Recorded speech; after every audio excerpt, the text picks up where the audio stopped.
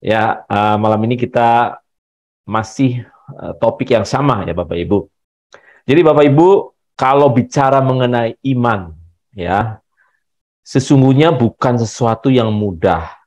Ya, mungkin ini topik ya yang kita sudah dengar dari sejak kecil kita bergereja ya. Kalau kita orang Kristen bergereja dari kecil, pasti sudah diajarkan bahwa orang yang percaya Yesus adalah orang-orang yang beriman. Ya, kalau orang belum percaya Yesus bukan orang beriman. Ya. Nah, kita mau menghayati, mau belajar sungguh-sungguh ya arti beriman, dan kita sudah pelajari sebelumnya dan kita ulang-ulang ya Bapak Ibu, tidak bosan, saya harap tidak bosan untuk mengulang materi ini, karena materi ini ya punya kedalaman sebenarnya ya. Jadi sekarang ini Bapak Ibu harus sadari bahwa kekristenan mengalami yang namanya pendangkalan ya, pendangkalan meaning ya, pendangkalan makna yang sebenarnya mempunyai makna yang mendalam, yang kalau itu benar-benar happening ya, terjadi, itu akan ada perubahan yang nyata, ada perbedaan yang nyata. Tapi sekarang makna bertuhan, makna beriman itu ya didegradasi menjadi sesuatu yang simple, sesuatu yang bisa diverifikasi hanya dari perbuatan fisik, perbuatan yang kelihatan nyata gitu ya. Ya termasuk kita bisa disebut orang Kristen katanya kalau melakukan satu langkah-langkah ya, tindakan rohani, langkah-langkah apa yang disebut eh, apa namanya, ibadah gitu ya, langkah-langkah seremonial ya, nggak mantep ya kalau belum dibaptis, karena kalau belum dibaptis berarti belum diselamatkan atau belum percaya Yesus gitu. Jadi kalau udah dibaptis pasti udah percaya Yesus ya, dan percaya Yesus pun mengalami pendangkalan. Nah, ini yang saya ingatkan ya, sama-sama di Zoom ini kita mulai menggali lagi mutiara kebenaran, mutiara yang sesungguhnya dari kekristenan ya. Dengan belajar ini sungguh-sungguh Bapak Ibu, diharapkan untuk saya sendiri ya, kita akhirnya bisa melihat dan membedakan orang yang disebut beriman dalam pengertian yang benar itu seperti apa. Dan apakah akan kelihatan di permukaan, ya? Apakah ada perbedaan dengan orang-orang yang tidak beriman? Karena sekarang ya terus terang orang yang beragama, yang menganut agama tertentu ya menganggap dirinya sebagai orang beriman, dan bahkan lebih fatal kan, orang yang tidak seagama dengan dia ya dianggap orang yang tidak beriman. Tapi seluruh perilaku kelakuannya tidak menunjukkan keberimanannya itu ya. Jadi yang mau saya soroti hari-hari ini adalah kita kembali back to the basic ya, back to the basic dari inti kekristenan.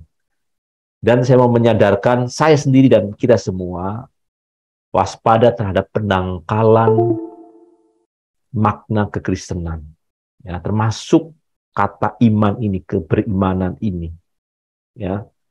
Nah, kemarin kita sudah belajar bahwa sebenarnya beriman itu adalah suatu perjalanan ya, suatu journey. Iman itu sendiri juga banyak versi atau banyak sudut pandang ya. Uh, yang kita nggak boleh hanya berpegang satu pandangan, satu aspek saja ya.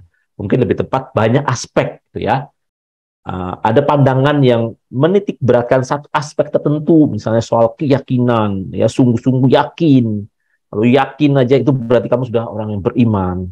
Ada yang menekan iman itu kalau kamu setuju, tahu, setuju, ya secara pikiran kamu setujui kamu sebagai orang yang beriman.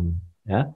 Tapi kita mau melihat ya makna orisinil sebenarnya yang dimaksud oleh penulis Alkitab, apa artinya iman beriman. Jadi kalau kita mengatakan ya iman itu adalah suatu perjalanan, berarti pasti ada satu titik awal dan pada akhirnya ada titik akhir, ada ujungnya. Ya, jadi kalau dikatakan bahwa sebab karena kasih karunia kamu diselamatkan oleh iman, jadi yang menyelamatkanmu adalah iman, dan iman itu suatu perjalanan, kita harus sampai pada titik perjalanan di mana kita memiliki iman yang menyelamatkan. Karena ujungnya adalah iman yang menyelamatkan. Jadi waktu kita memulai mempunyai iman, jangan cepat-cepat kita mendeklarasikan, mengaminkan bahwa kita sebagai orang yang beriman yang sudah memperoleh keselamatan. Yang dimaksud oleh Tuhan yaitu, kalau konteks ini, keselamatan adalah segambar serupa dengan Kristus, dimuliakan bersama Kristus di dalam kerajaannya, menjadi ahli waris yang sama-sama memerintah bersama Tuhan Yesus di kerajaannya yang kekal. Jadi kita menjadi anggota keluarga kerajaannya, dimaksud keselamatan ini. Ya, Bapak Ibu. Jadi ingat ini bahwa iman itu perjalanan. Ya, bukan satu titik juga ya, sama seperti keselamatan itu bukan satu titik, dan kamu bisa selamat, kita bisa selamat karena oleh iman. Juga iman berarti suatu perjalanan, suatu proses, bukan satu titik tertentu, momen tertentu saja. Kalau kamu dibaptis, ya berarti kamu sudah punya iman. Ya, kalau kamu sudah melakukan ritual tertentu, ya rajin baca Alkitab atau ya melakukan pelayanan, ya yang rajin gitu, ya kamu hanya karena itu kamu merasa kamu sudah beriman. Memang Bapak Ibu, ya perwujudan atau manifestasi keberiman kita memang nanti dari perbuatan-perbuatan akan kelihatan, ya akan kelihatan. Sama-sama ke gereja, sama-sama melayani, sama-sama berdoa, sama-sama membaca Alkitab, sama-sama ikut Zoom in untuk Bible study, sama-sama kelihatan, ya. Tapi kalau orang yang melakukan itu berasal dari dalam, dari pengertian iman yang benar, dari buah, dari benih iman yang benar, itu dampaknya, akibatnya akan berbeda, ya. Mungkin dalam 1-2 tahun ya itu nggak akan kelihatan, tapi seiring waktu, namanya benih ini, ya benih rohani, benih iman ini akan tumbuh, dan awal-awal mungkin tidak bisa dibedakan, ya. Makanya juga Tuhan Yesus mengatakan bahwa gandum dan ilalang itu ya awal-awal akan sulit dibedakan. Makanya waktu perumpamaan itu mengatakan cabut aja ilalang itu, Tuhan Yesus mengatakan jangan, nanti waktunya cabut, karena waktu sekarang sama-sama bertumbuh itu nggak kelihatan, nggak ada bedanya, tapi nanti ada perbedaannya.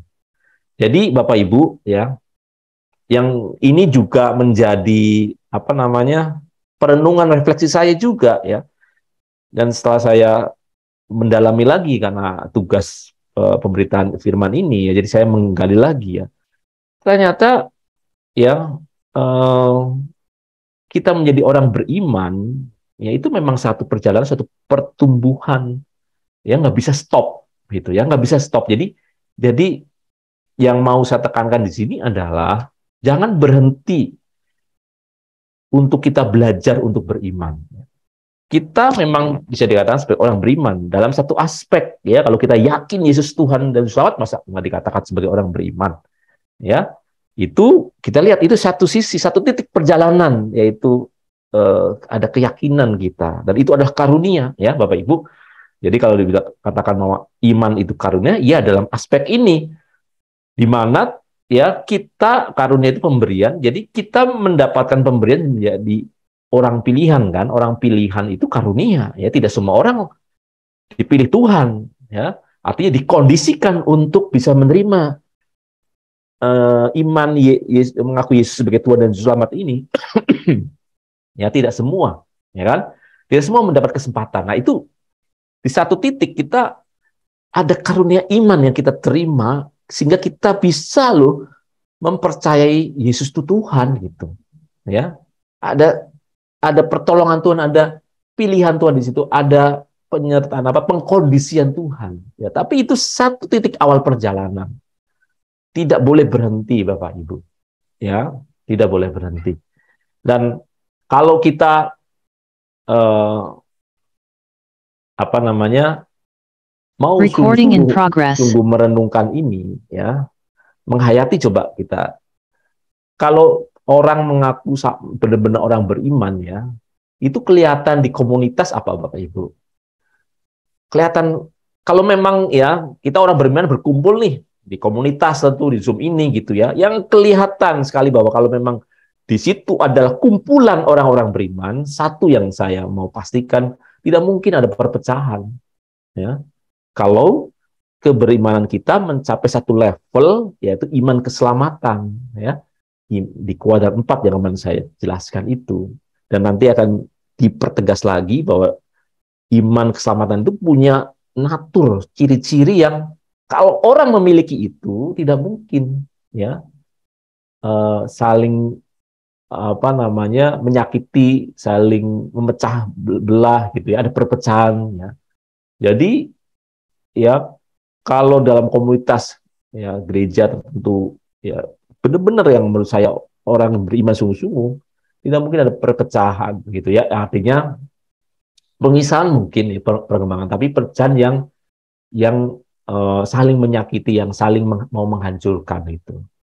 Jadi, ya, eh, kadang saya tidak habis pikir kalau kita sama-sama mendengarkan firman, ya, kebenaran ini ternyata tidak otomatis langsung kan memberi dampak, ya, tidak otomatis itu dapat, ya, sesuatu yang sama, ya. Orang bisa kadang dalam komunitas kita ada orang yang melakukan hal-hal yang kita nggak kepikir, kok bisa dia melakukan hal itu, ya, bisa dia menyebarkan hoax, dia berbohong, dia bisa menyakiti orang gitu, ya. Nah, ini untuk mencegah itu menurut saya sadari sama-sama, ya, kita mau belajar, ya, keberimanan yang benar, yang sesungguhnya. Jadi tidak bisa kita merasa lebih tinggi dari yang lain. Kita sama-sama belajar. Kita bisa melihat, ya, kekurangan orang lain, tapi mungkin kita tidak bisa melihat kekurangan diri sendiri. Oleh karena itu butuh komunitas untuk saling mengingatkan, ya. Dan karena kita dalam perjalanan yang sama, ya. Dan dalam perjalanan sama, dan kita tahu bahwa Tuhan juga mengaruniakan karunia yang berbeda. Ya, setiap orang itu punya modalitas yang berbeda. Karena itulah ada komunitas untuk saling melengkapi satu sama lain.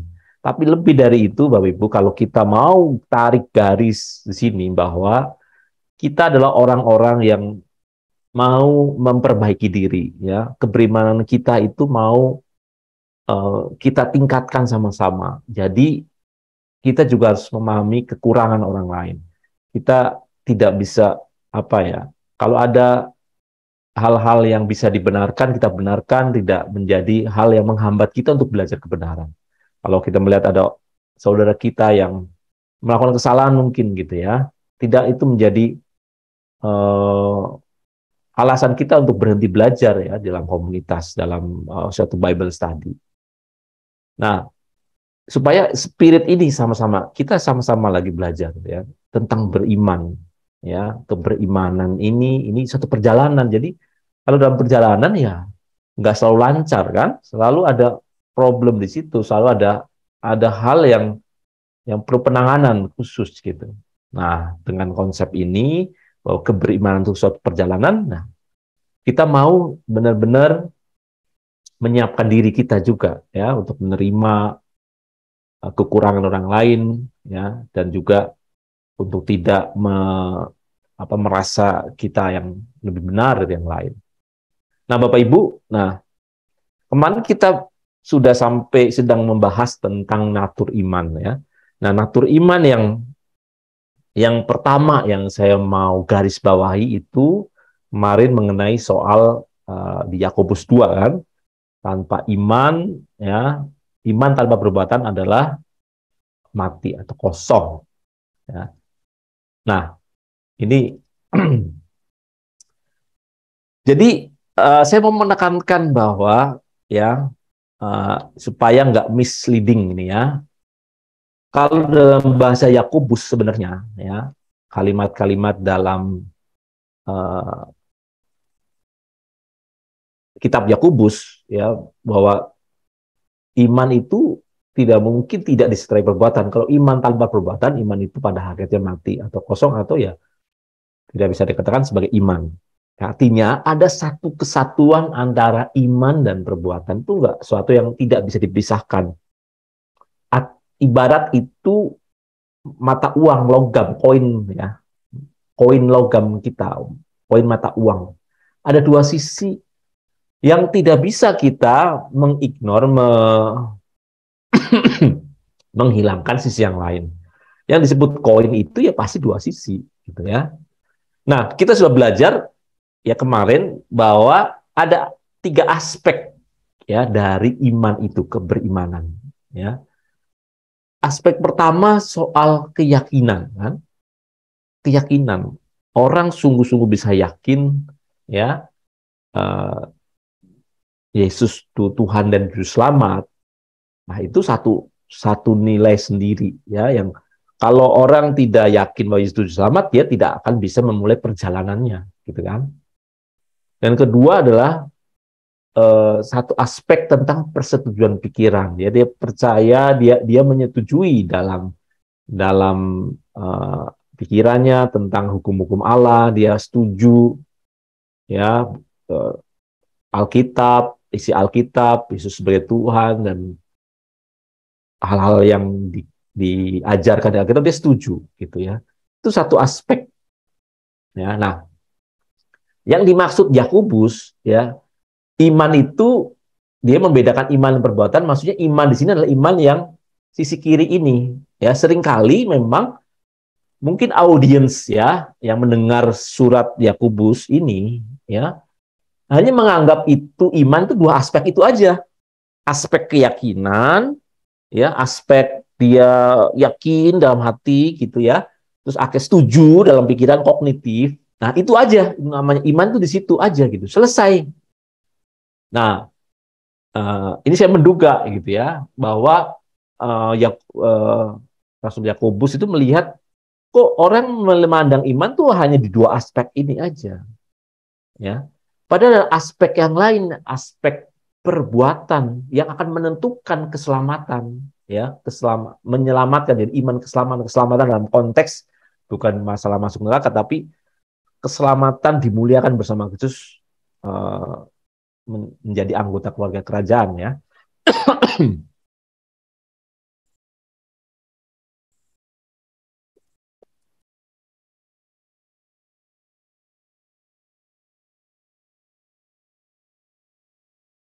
Ya, ada aspek perbuatan yang sangat signifikan, yang ini sangat mempengaruhi ya keselamatan sejati itu. Nah, di sini jangan salah ya, jangan saya ingatkan lagi bahwa perbuatan kita tidak menentukan keselamatan, itu sudah kita bahas ya. Maksudnya perbuatan ini adalah kemarin kita dijelaskan accomplishment, kita melakukan sesuatu sehingga kita merubah kodrat dosa kita menjadi kodrat ilahi, ya. Bukan satu perbuatan individu, satu dua perbuatan, tindakan, ya. Tapi keseluruhan perbuatan tindakan kita mengarah kemana? Menghasilkan sesuatu nggak? Menghasilkan karakter nggak? Yang semakin serupa Kristus. Ya. Jadi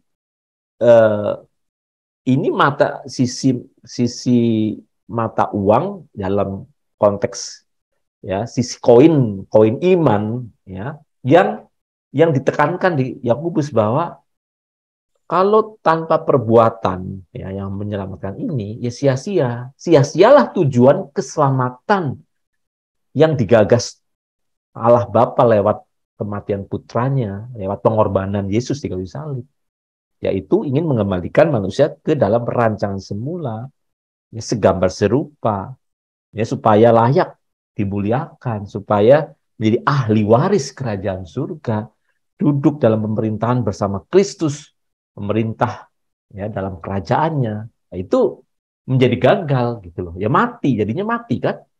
Sia-sia mati gitu. Nah, jadi ingat Bapak Ibu, sekali lagi, kalau bicara iman harus lengkap aspek-aspeknya, ya, memandangnya utuh gitu. Ya. Jadi yang dimaksud iman dalam uh, kitab Yakobus 2 ini adalah banyak kan orang memandang iman itu keyakinan saja dan persetujuan pikiran saja gitu. Ya itu bisa disebut iman tapi aspek ini. Makanya Yakobus mengatakan kalau aspek kamu memandang iman cuma keyakinan persetujuan pikiran saja tanpa perbuatan itu hakikatnya kosong, iman yang kosong, iman yang mati. Artinya kamu tidak mencapai tujuan imanmu yaitu keselamatan jiwamu. Nggak mencapai keselamatanmu dimuliakan bersama Kristus. Bahkan jangan-jangan nggak sampai dimuliakan, masuk langit baru bumi baru pun tidak. Kalau kamu mengingkari imanmu, ya sampai di sini nangkep ya Bapak Ibu ya. Jadi di sisi ini ya Bapak Ibu harus bisa membedakan ya. Nah kalau Bapak Ibu membaca kitab Roma ya bahwa kamu dibenarkan oleh iman dan seterusnya, itu seakan-akan mengacu di sini ya. Iman dalam kitab Roma yang oleh Paulus itu dalam alam pikirannya itu ya namanya iman ada 3 aspek ini gitu ya. Dalam kalau ada kalimat kamu hanya dibenarkan oleh iman ya, iman itu yang maksudnya adalah iman 3 aspek ini gitu loh. Bukan aspek di sisi kiri koin ini aja ya, tapi juga sisi kanan. Ya, itulah iman yang utuh, iman yang sempurna, iman yang menyelamatkan. Ya, nah jadi kita kemarin sudah sama-sama mempelajari hal ini, Bapak Ibu. Ya, ini udah nggak akan kita bahas lagi ya. Jadi accomplishment, jadi perbuatan yang dimaksud itu bukan hanya merujuk pada melakukan syariat agama, hukum-hukum agama, tidak. Tapi perbuatan-perbuatanmu itu accomplish apa gitu, mencapai apa gitu, membentuk karakter apa gitu. Nah itu sampai ke situ perbuatannya, ya.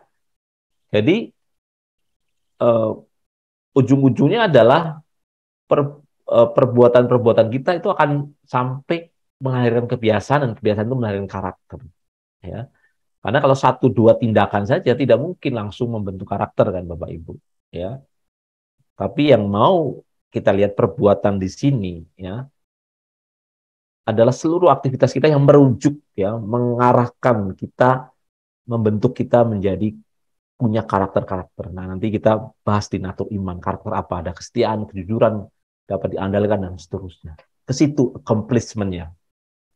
Ya.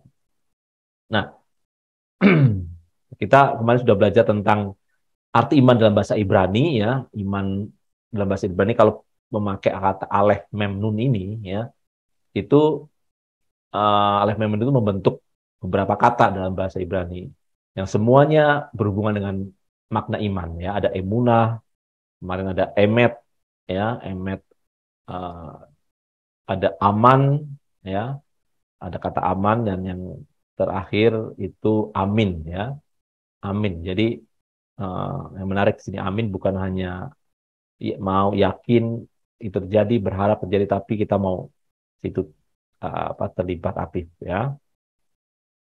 Nah,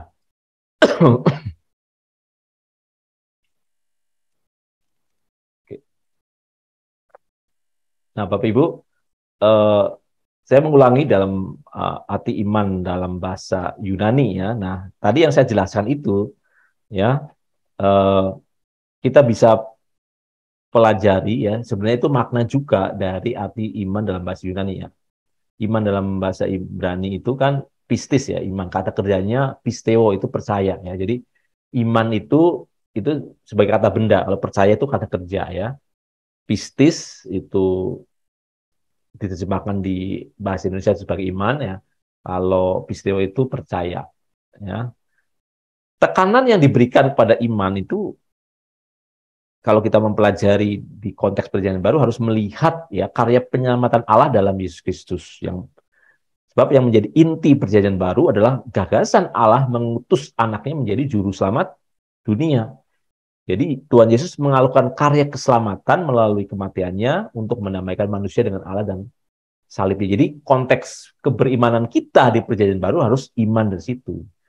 Jadi iman bisa dikatakan buah dari tindakan dan sikap yang di dalamnya seseorang ya melepaskan ketergantungannya, pengandalannya ya untuk mendapatkan keselamatan itu mengandalkan perbuatan-perbuatannya. Ya, entah itu kebaikan, kebajikan itu. Jadi orang melepaskan ya mau menyetujui bahwa untuk diselamatkan itu nggak bisa bergantung hanya pada kebajikan, ke kebaikan atau perbuatan baik kita, tapi sepenuhnya dimulai dari karya anugerah dari Allah sendiri. Mengandalkan karya keselamatan dari Allah, mengandalkan hanya karya Tuhan Yesus Kristus, ya, hanya Dia, ya, ujung pangkalnya. Gitu. Jadi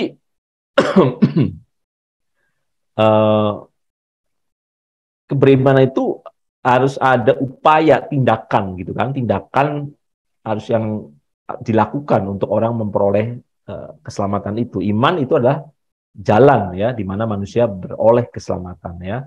Seperti waktu di Kisah Rasul gitu ya. Waktu kepala penjara di Filipi bertanya ya kepada Paulus gitu ya dan Silas, "Tuan-tuan, apakah yang harus aku perbuat supaya aku selamat?" Ya. Paulus dan Silas berkata tegas, "Percayalah kepada Tuhan Yesus Kristus dan engkau akan selamat." Jadi ada tindakan. Jadi keberimanan itu adalah selalu menjurus pada objek imannya adalah Tuhan Yesus. Ya, objek imannya Tuhan Yesus. Nah, jadi kalau kata pistewo ya, nah yang menarik di sini Bapak Ibu ya. Oke, sebelum ke situ di Perjanjian Baru itu iman ada persetujuan pikiran itu ada di Yakobus 2 ya ayat 19 ya. Bahwa tadi di mata koin tadi ya, koin tadi itu orang yang kalau hanya melihat iman itu yakin dan setuju secara pikiran itu ya nggak bedanya dengan setan ya. Setan juga percaya, dikatakan pakai kata pistio loh di sini. Pistio juga ya artinya mempercayai atau menerima hal yang benar ya. Memang setuju itu hal yang benar. Ya. Setan juga setuju ya bahwa hanya ada satu Allah saja, bahwa dia itu satu-satunya Allah. Allah itu setuju, tapi ini bukan iman yang menyelamatkan ya. Nah, iman yang menyelamatkan itu kemarin kita sudah bahas nih, saya konkretkan lagi. Orang yang sungguh percaya pada Allah secara kognitif ya, terus tindakannya selaras dengan iman itu. Jadi ada aspek tindakan kan, ada perbuatan yang menyelamatkan dia. Nah, itu disebut iman keselamatan. Ingat ya, iman keselamatan itu tiga aspek tadi ya, dua sisi mata koin ya. Ada keyakinan, persetujuan pikiran, dan perbuatan yang menyelamatkan. Nah, kalau kita tinjau ya dari uh, aspek bahasa juga menarik juga ya Bapak Ibu ya di Yohanes 5 ayat 24 ini kan ya. Sesungguhnya barang siapa mendengar perkataanku dan percaya kepadaku, dia yang mengutus aku, ia punya hidup yang kekal dan tidak turut hukum. Sebab ia sudah pindah dari dalam maut ke dalam hidup. Ya. Nah, ini eh, kata yang dipakai di sini ya, pisteo, gitu, percaya ini pisteo, ini sedikit aja belajar ya. Kalau dilihat dari tata bahasa ya, bahasa pisteo di sini itu punya apa ya? Modus kata kerja itu participle ya, participle. Jadi ada uh, kebersamaan ya, tindakan kebersamaan ya. Modus participle itu artinya keterlibatan. Nah, ini yang menarik. Ada keterlibatan, ada partisipasi gitu. Jadi bukan hanya berhenti di pikiran aja gitu maksudnya.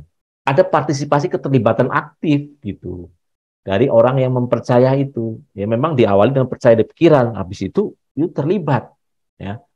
Nah, ini bisa apa namanya? Narasi ini atau tafsiran ini cukup bisa diperkuat dengan ya sedikit ya pembahasan tata bahasa ini ya.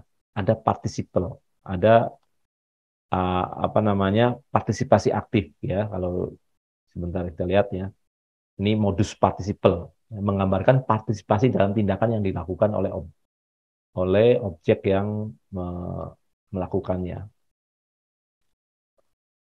ya. Nah, jadi eh, sini Bapak Ibu mesti coba ya renungkan ya, eh, benar-benar bahwa memang yang disebut peristiwa ini ya itu ada keterlibatan di situ ya. Nah, jadi partisipal ini ya, modus partisipal itu disusul ya, ada kata eis di situ, ke dalam ya. Jadi harafiahnya itu sebenarnya artinya ini, percaya secara partisipal ke dalam, ada ke dalam ya, dari sisi tata bahasa ini. Nah, maksudnya apa? Maksudnya tindakan iman yang mengeluarkan seseorang dari dirinya sendiri dan menaruh dirinya di dalam Kristus ya. Coba Bapak Ibu bandingkan kan kalimat ini sering dengar ya, di dalam Kristus. Jadi ada hubungannya di dalam Kristus. Percaya istio itu ada hubungannya dengan di dalam Kristus karena percaya secara partisipal ke dalam ya, berpartisipasi ke dalam, di dalam maksudnya di dalam Kristus. Jadi ada pengalaman kesatuan dengan Kristus melalui iman ya. Jadi benar-benar bukan hanya iman itu jadi intelektualitas saja ya, percaya kognitif saja, tapi orang percaya itu dalam pengertian tinggal di dalam Kristus, tinggal di dalam Kristus. Jadi sebenarnya sudah mengandung itu, ya. Kata istio itu sudah mengandung itu sebenarnya.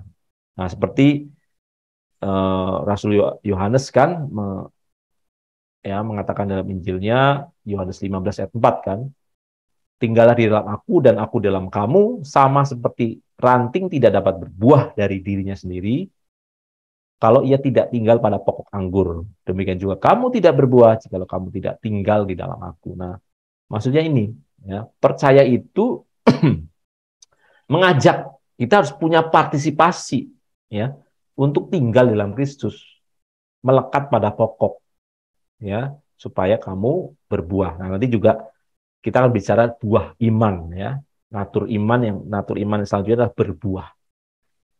Ada buah iman, Bapak Ibu.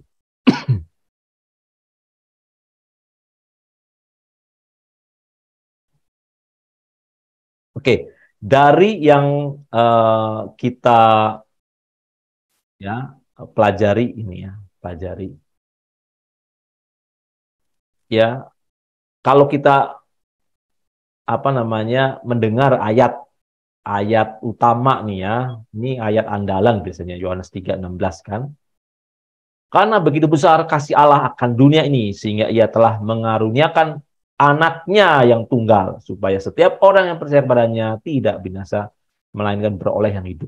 Nah, ini ayat yang monumental tentang undangan Allah untuk beroleh kehidupan kekal atau beroleh keselamatan. Ini juga ya ada modus partisipalnya. Jadi sebenarnya mengartikan percaya pada Yohanes 3:16 jangan percaya secara persetujuan pikiran aja atau keyakinan saja gitu loh.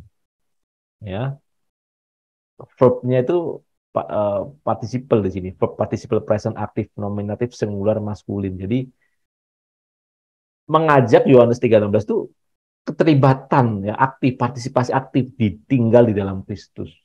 Jadi ada tindakan-tindakan, ada akumulasi tindakan perbuatan yang akhirnya mengarah kamu tuh seirama dengan Tuhan gitu loh. Seirama dengan rencananya, semakin serupa dengan karakternya. Nah, ini ya, jadi kita kalau mengartikan Yohanes 3 ayat 16 itu ya kalau ya ditanya orang atau menjelaskan ya ingat di sini ya, arti percaya itu pisteo, itu ada keterlibatan, partisipasi ya dari orang yang melakukan kata kerja itu. Oke, dari yang kemarin kita bahas ya, saya akan merangkum ya natur iman yang diambil dari makna etimologinya ya. makna itu mungkin yang dirangkum kemarin. Yang pertama ya, natur iman itu apa Bapak Ibu? Nah, penyerahan diri secara total ya, atau melepaskan keterikatan.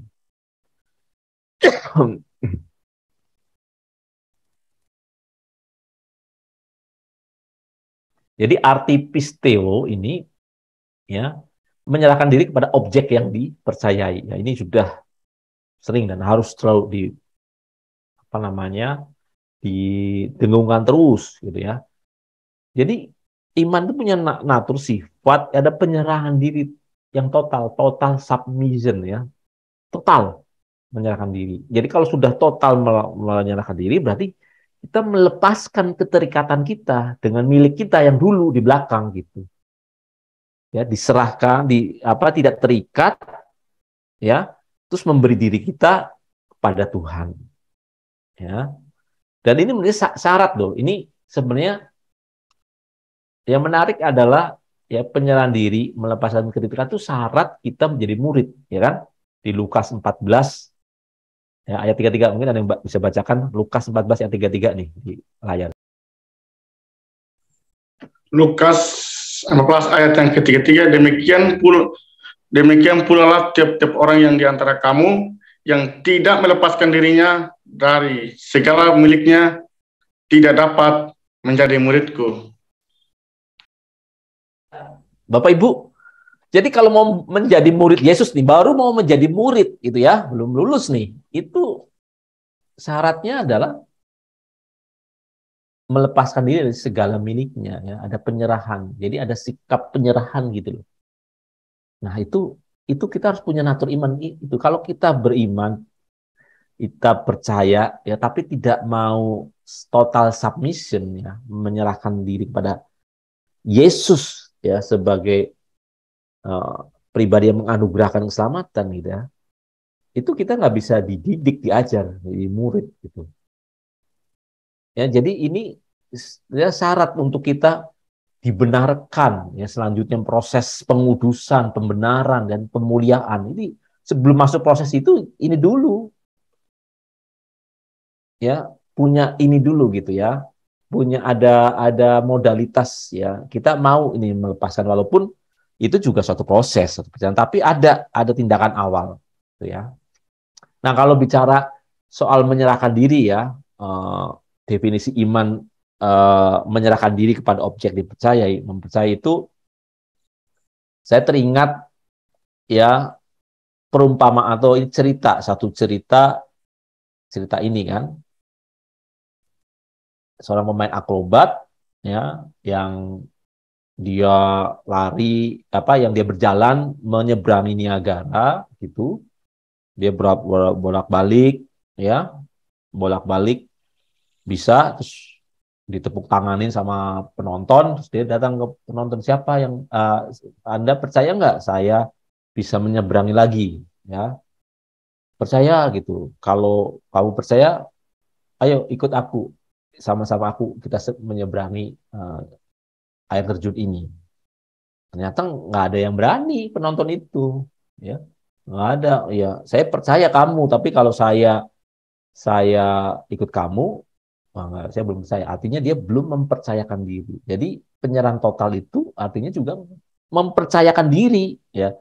Orang itu percaya hanya cara pikiran ya. Dia belum mempercayakan diri. Jadi mempercayakan diri itu ada keterlibatan, ada apa ya? Kita memberikan diri kita. Jadi ya sudah gitu, lepas semua gitu. Nah, ternyata yang ada satu wanita ya, yang berani untuk bersama-sama dengan pemain akrobat itu.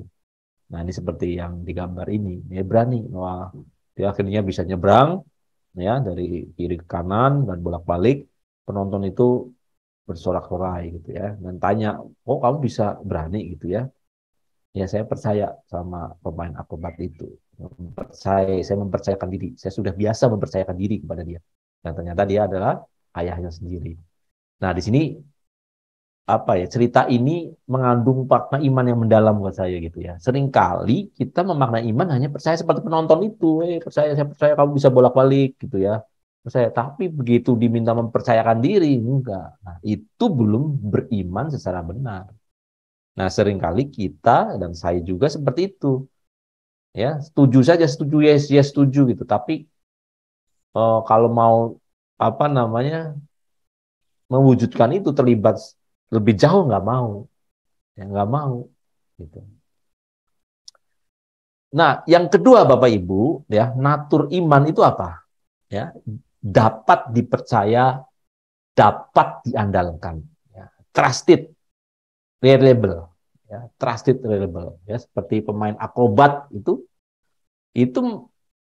mereka yang bermain harus saling bisa dipercaya, saling bisa diandalkan. Kalau enggak, yang satu jago, yang satu enggak, wah bisa bisa celaka. Ya harus saling mempercayai. Ya, benar nggak? Nggak bisa kan cuma satu yang dipercaya, yang satu enggak gitu. Harus saling mempercayai, harus saling dapat diandalkan. Dalam konteks iman, iman kita objeknya adalah Tuhan sendiri. Kita seringkali sampai pada saya percaya pada Tuhan. Ya, saya mempercayai Tuhan. Wah, Tuhan itu luar biasa segalanya. Pokoknya Tuhan itu setia. Saya percaya pada Dia. Tapi masalahnya, saudara bisa menjadi orang yang dipercayai Tuhan nggak? Nah, itu. Menjadi orang yang dipercaya Tuhan nggak? Dipercaya Tuhan untuk rencananya yang Tuhan mau melibatkan kita. Nah, itu yang jadi problem seringkali, Bapak Ibu. Tuh, saudara bisa berkata, saudara mengandalkan Tuhan. Memang Tuhan bisa diandalkan. Maksudnya saudara bisa diandalkan Tuhan nggak untuk ikut dalam rencananya? Ya. Nah, Tuhan Yesus juga ya waktu dia mengajar, ya, banyak orang yang percaya kepadanya. Banyak. Wah, pengajarannya luar biasa. Tapi di Yohanes 2:24 ya dikatakan bahwa tetapi Yesus sendiri tidak mempercayakan dirinya kepada mereka karena ia mengenal mereka semua. Jadi Yesus sebenarnya tidak percaya kepada mereka sebab ia mengenal semua orang. Orang-orang itu percaya pada Yesus. Tapi Yesus tidak mempercayakan dirinya kepada mereka. Ya. Kalau dalam King James-nya did not commit himself unto them. Ya. Jadi ini yang bisa kita renungkan ya. Kita kalau beriman ya semakin lama harus menjadi pribadi semakin bisa dipercaya, bisa diandalkan oleh Tuhan. Bukan hanya kita memupuk kepercayaan kita saja kepada Tuhan. Ya. Kita hanya berkata, Tuhan segalanya bagiku, tiada yang lain. Pokoknya Engkau yang kuandalkan Tuhan. Ya.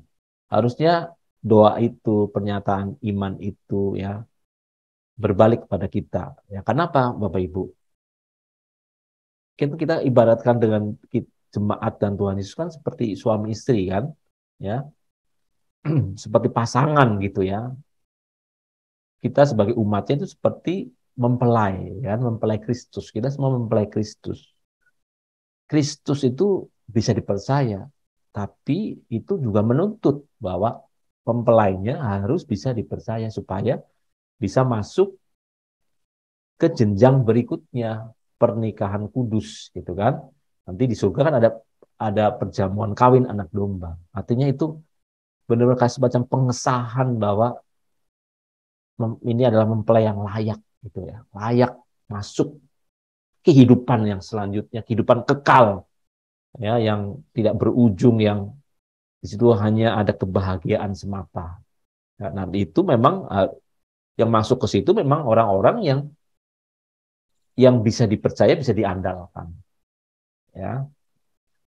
Nah, itu natur iman dari ini saya ambil ya, saya rangkum dari kemarin ya. Kita membahas arti iman dalam bahasa Ibrani, ada emunah, emet, ya, aman, ada amin, ada batak gitu ya. Oh, kalau batak bukan alef menun ya, tapi arti imannya juga itu trust ya, percaya trust. Ya. Dan dalam bahasa Yunani pisteo, mempercayakan diri. Saya mempercayakan diri. Nah, ini salah satunya Bapak Ibu. Yang berikutnya Bapak Ibu ya, yang berikutnya.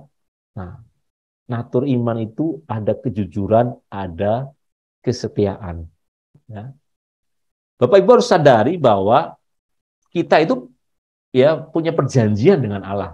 Ya, makanya kita disebut perjanjian lama, perjanjian baru. Jadi waktu kita mengatakan percaya kepada Tuhan, ya, mengaku Yesus Tuhan dan Selamat, ya itu bukan hanya lip service gitu ya, itu mengikat satu perjanjian, ada covenant, ya perjanjian ilahi, ada covenant gitu. Dan itu ibarat ya karena apa? Perjanjian seperti suami istri yang berjanji sehidup semati sampai selama-lamanya kan, sampai maut memisahkan kan. Kalau kita dengan Tuhan sebagai mempelai ya sampai selama-lamanya. Jadi ada perjanjian covenant yang tidak akan boleh lepas gitu ya. Untuk bisa masuk ke sini perlu kesetiaan ya, ada kejujuran, ada kesetiaan. Dan kalau kita ya natur iman kita, kalau kita harus punya iman yang punya natur ini setia gitu. Karena orang yang setia yang bertahan sampai kesudahannya akan selamat ya. Di Matius 24 itu kan, dan Matius 10. Orang yang bertahan sampai kesudahannya akan selamat. Yang bertahan itu, orang yang bisa bertahan hanya orang yang memiliki kesetiaan dan kejujuran untuk ikut jalan Tuhan, Bapak Ibu.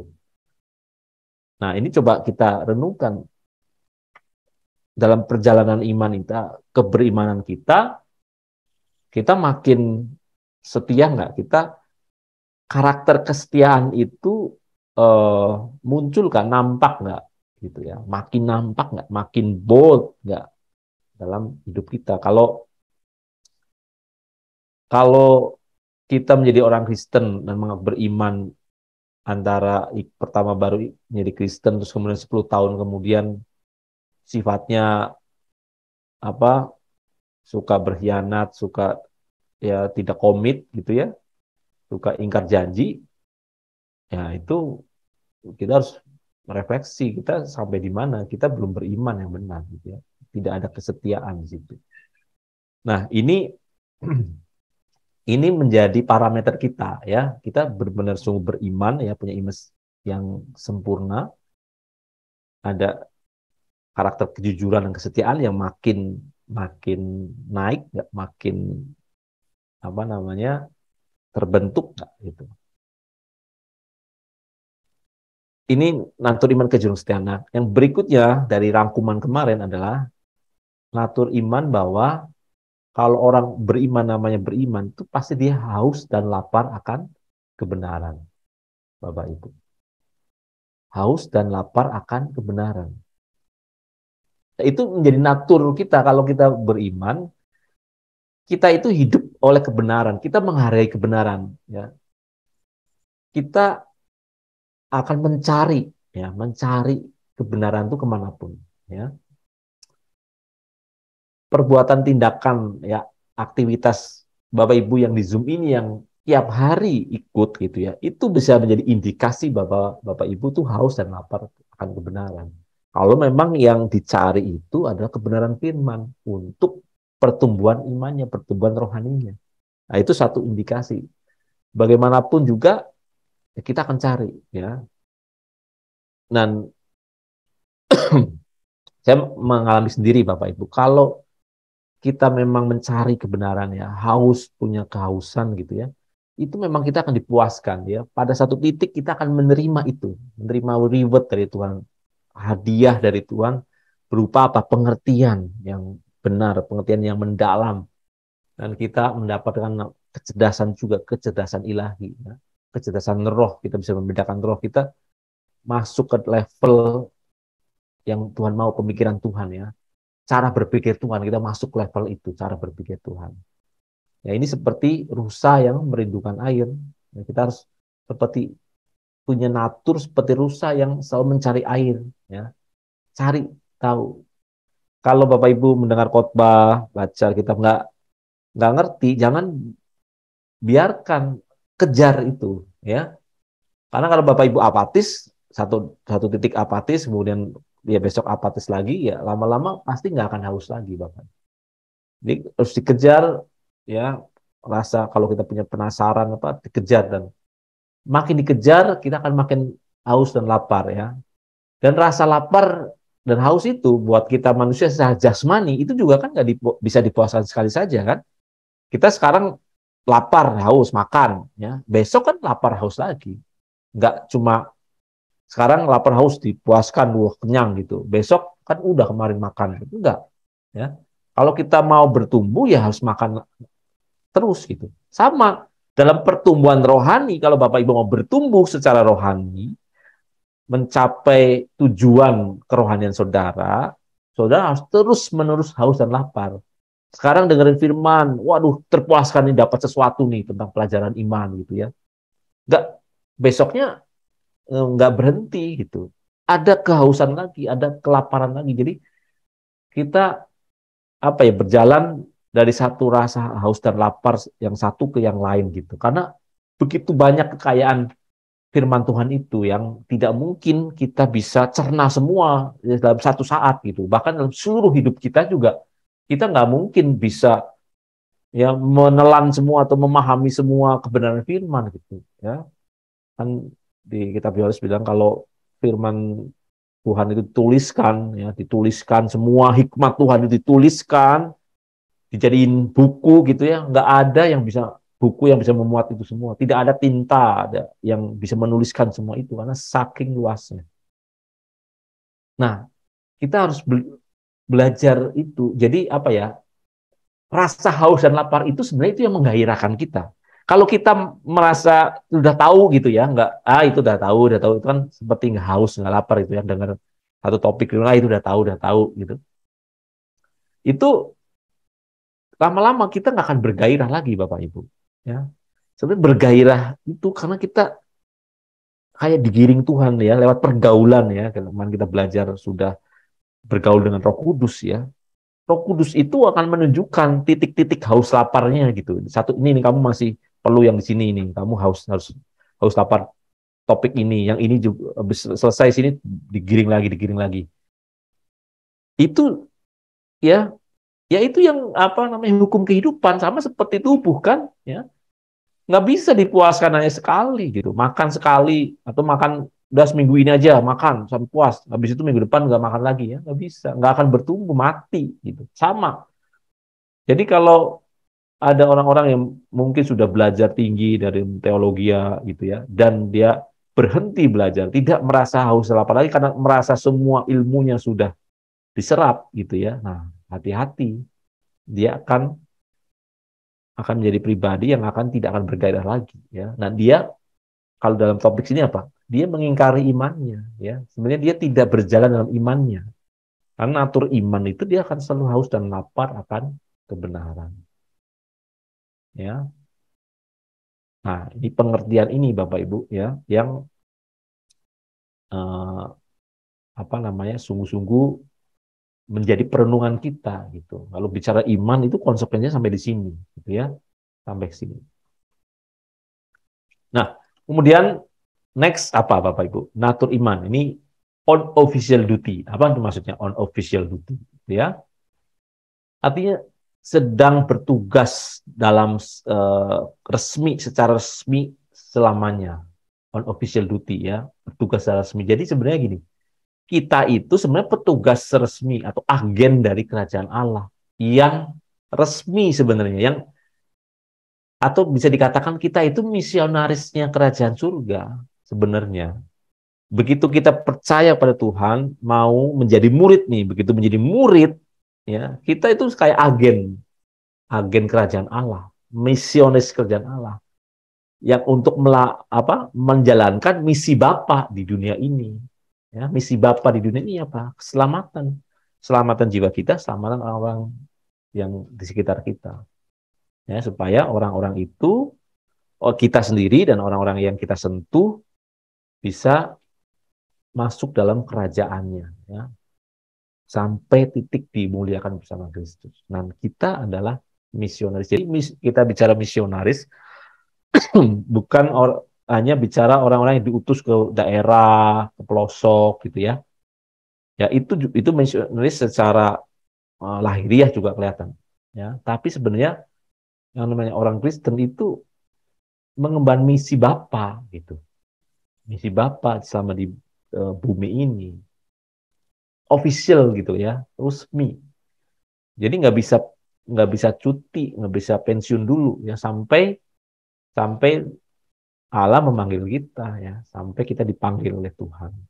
Jadi kalau sebelum kita dipanggil, tugas belum selesai. Kalau sudah dipanggil, nah tugas di bumi sudah selesai ya. Jadi selama kita hidup di bumi, kita on official duty ya, sedang resmi bertugas menjadi agennya kerajaan Allah. Jadi, nah ini juga mindset yang sering saya lupa juga.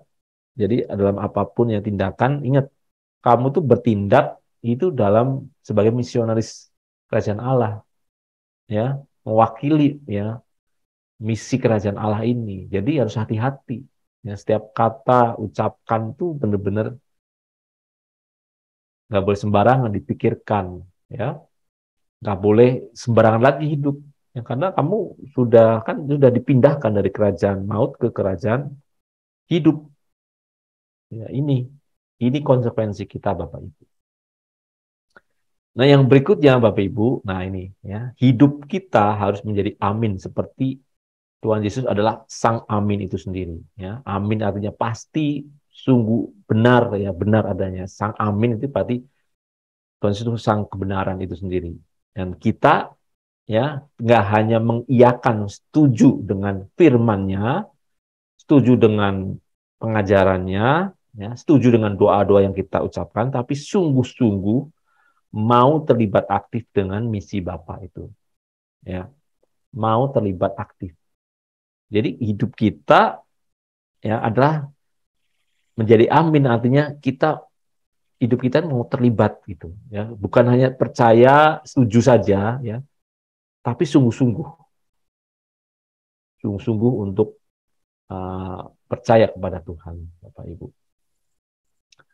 Dan uh, di sini Bapak Ibu ya, saya mau mengingatkan kembali ya, misi Bapak ya itu adalah kerinduan Bapak dan juga harus menjadi kerinduan kita ya, harus menjadi kerinduan kita. Ya, kerinduan kita memenuhi ya panggilan Bapa untuk kita dimuliakan kan bersama Kristus ya, dimuliakan bersama Kristus. Nah, kita harus mengolah ya Bapak Ibu kerinduan kita ya. Harus apa namanya ya? Tadi kalau bicara keselamatan dan di mana perjalanan kita tahu ujungnya bahwa sebuah perjalanan itu pasti ada ujungnya ya. Kalau kita masih diberi kesempatan nih ya mengolah ya iman kita, bertumbuh iman kita, tapi sebenarnya ada ujungnya. Ada satu titik kita tidak punya kesempatan lagi untuk bertumbuh imannya kalau kita tidak dipanggil. Dan justru di titik ujung akhir itulah kita harus mempertanggungjawabkan iman kita.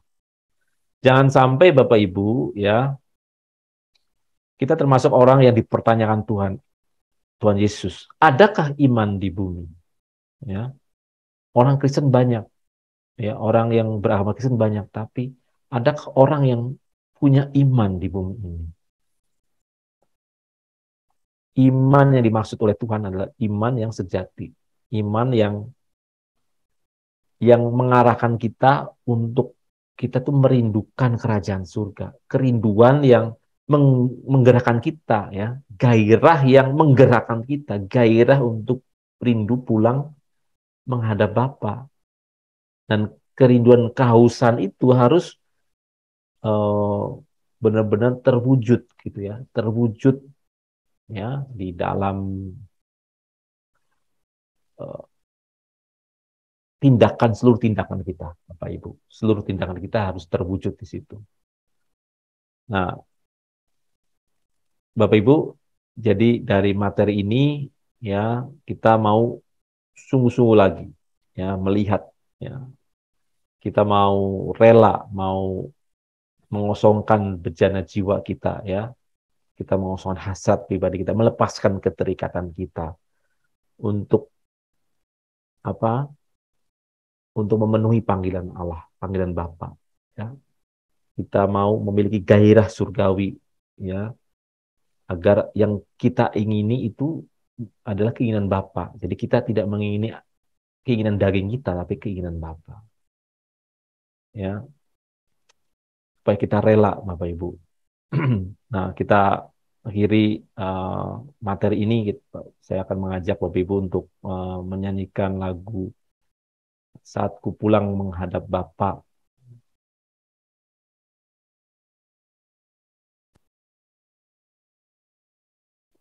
Tahu ada yang lagu-lagu ini, Bapak Ibu? Saat ku pulang menghadap Bapa, hanya Engkau yang ku miliki. Kerinduan hatiku, lausan jiwaku, dapat memandang wajah-Mu. Tuhan, aku rela. Tuhan, Aku rela mengosongkan bejana jiwaku ini Engkau melihat hati kami, Tuhan. dari segala Bapa, keinginanku ya Tuhan Yesus, dan semua hasrat pribadiku.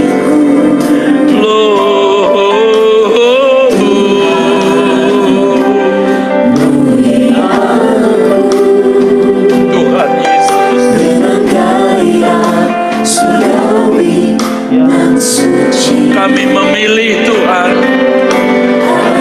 kami memilih mencintai Tuhan, kami memilih Engkau, Bapa di surga. Benar Tuhan. Saat ku pulang menghadap Bapa, hanya Engkau yang ku miliki.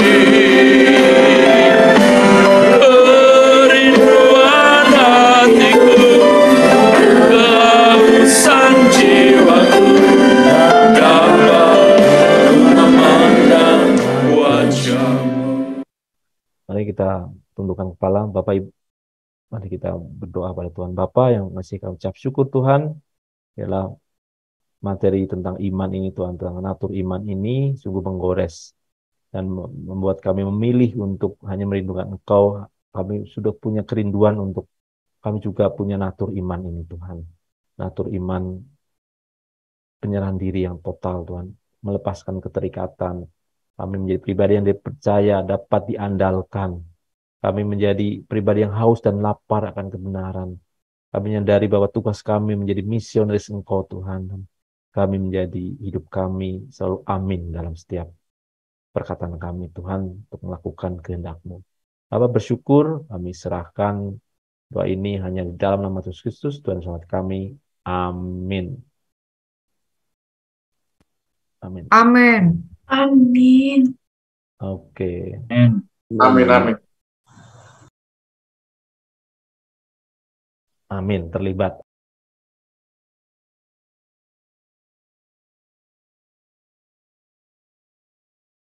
Ya, silakan saya kembalikan Pak Lepri. Kalau ada yang sharing kah, yang tanyakan ya tentang materi, silakan. Ya, teman-teman ada yang mau ditanyakan dari materi yang sudah disampaikan, silakan.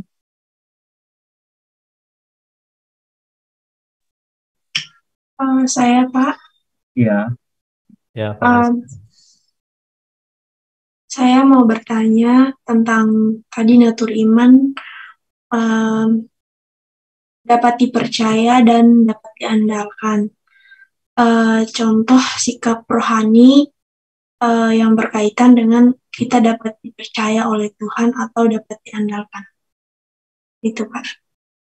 Iya, secara praktis ya. Jadi contohnya maksudnya gini, kita pasti dalam kegiatan aktivitas ini, kalau kita bersentuhan dengan Tuhan, kita tahu kan sebenarnya Tuhan menginginkan apa ya. Kita punya tanggung jawab apa menjadi orang yang beriman gitu ya. Kalau kita misalnya contoh kasus ya, kalau dipercayai oleh dalam satu organisasi gitu ya, atau mungkin kalau kita menjadi pejabat gereja atau pelayan gereja gitu kan, nah itu kan sebenarnya intinya kan melayani Tuhan, benar nggak? Melayani Tuhan kan, kalau entah jadi singer, entah jadi apa pelayan yang lain gitu ya. Nah, waktu kita menerima tanggung jawab itu, kita sungguh-sungguh nggak melakukan tugas kita gitu ya. Sungguh-sungguh nggak, itu memang untuk melayani Tuhan, bukan untuk melayani diri sendiri atau untuk maksud yang lain. Jadi kalau misalnya dikasih tanggung jawab untuk menjadi worship leader atau singer gitu ya, ya kita menjadi orang bisa dipercaya, diandalkan gitu ya. Ya kalau latihan kapan harus tepat waktu dan ya harus bisa menguasai lagu ya. Jadi jangan mentang-mentang ini pelayanan itu kan, ini kan sukarela, free gitu kan. Ya ini kan nggak dibayar. Kita nggak sungguh-sungguh, nggak karena nggak dibayar, jadi tidak mengeluarkan semua kemampuan kita gitu. Ya, kita menyadari ini kita sedang diproses Tuhan untuk memiliki natur dipercaya dan diandalkan, dan itu lewat ya keseharian kita ya. Dalam pelayanan kita kan akan kelihatan ya, dan Tuhan memberi apa namanya peristiwa-peristiwa hidup untuk mengasah kita gitu. Ya kalau kita dipercayakan satu apa namanya pelayanan tertentu, ya kita habis-habisan di situ apa namanya jangan ada motivasi lain gitu ya, ada motivasi lain. Ya, mungkin dalam keluarga kita udah mulai bisa nggak ya kan tadi sebagai agen kan misionaris ya, pasti Tuhan tempatkan kan kita di satu komunitas ya, satu perkumpulan orang kan, dan kita ada dikasih tanggung jawab juga di situ. Nah, kita menjadi orang yang bisa dipercaya nggak, bisa diandalkan nggak, supaya misi Tuhan itu bisa dijalankan dengan baik di situ. Gitu sih dalam dalam uh, apa namanya tindakan konkretnya ya itu. Kalau kita dipercaya orang ya, diberikan tugas pelayanan ya kita kerjakan sungguh-sungguh nggak. Nah, itu menunjukkan ya kesungguhan kamu, menunjukkan natur imanmu. Itu kamu punya iman yang benar apa enggak di situ. Kalau kita melakukan karena ada motivasi lain ya, ada tujuan lain, nah itu menjadi sesuatu yang ya tidak menunjukkan keberimanan kita. Gitu ya. Vanes.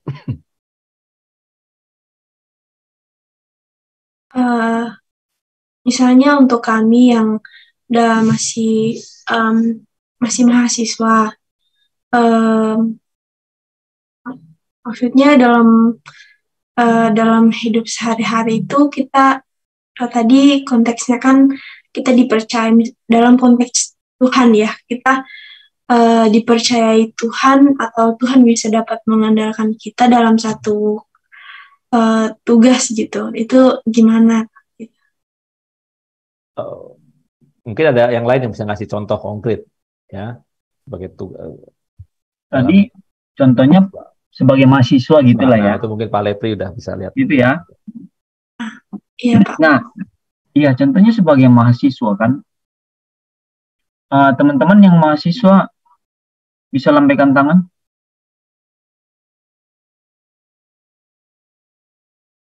Oh iya.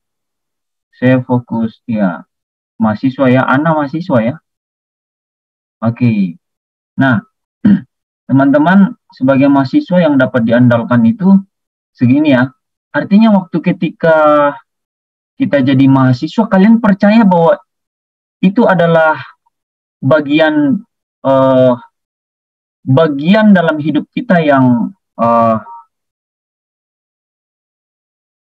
Tuhan tahu dan Tuhan izinkan itu terjadi. Ya, kita percaya ya bahwa jadi mahasiswa itu adalah termasuk bagian yang Tuhan berikan di dalam hidup ini.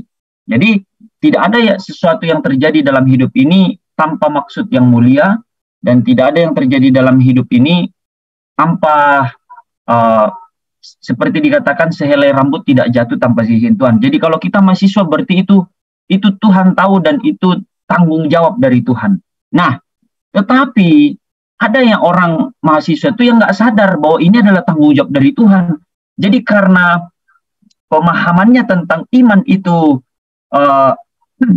tidak luas seperti yang kita bahas saat ini, kita tidak dikaji lebih dalam, iman hanya sebatas mengaku dengan mulut percaya. Nah, dia tidak tahu bahwa sebagai mahasiswa itu juga adalah pekerjaan bagaimana dia harus bertanggung jawab kepada Tuhan. Artinya Tuhan dapat andalkan harus selesai 4 tahun, tapi kok bisa 5 tahun? Karena main-main, tidak sungguh-sungguh, ya.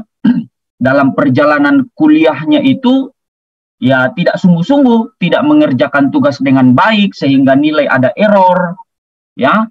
Harus mengulang lagi sehingga tidak selesai dalam waktu yang seharusnya.